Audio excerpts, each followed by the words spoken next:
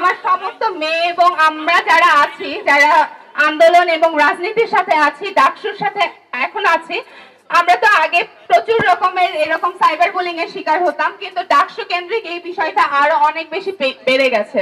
এই যে আলী হোসেন একটা মাত্র উদাহরণ, এর বাইরেও আমরা দেখি যে এরকম অসংখ্য আলী হোসেনের অস্তিত্ব আমাদের পুরো ঢাকা বিশ্ববিদ্যালয়ে বিদ্যমান, আমাদের পুরো বাংলাদেশে বিদ্যমান।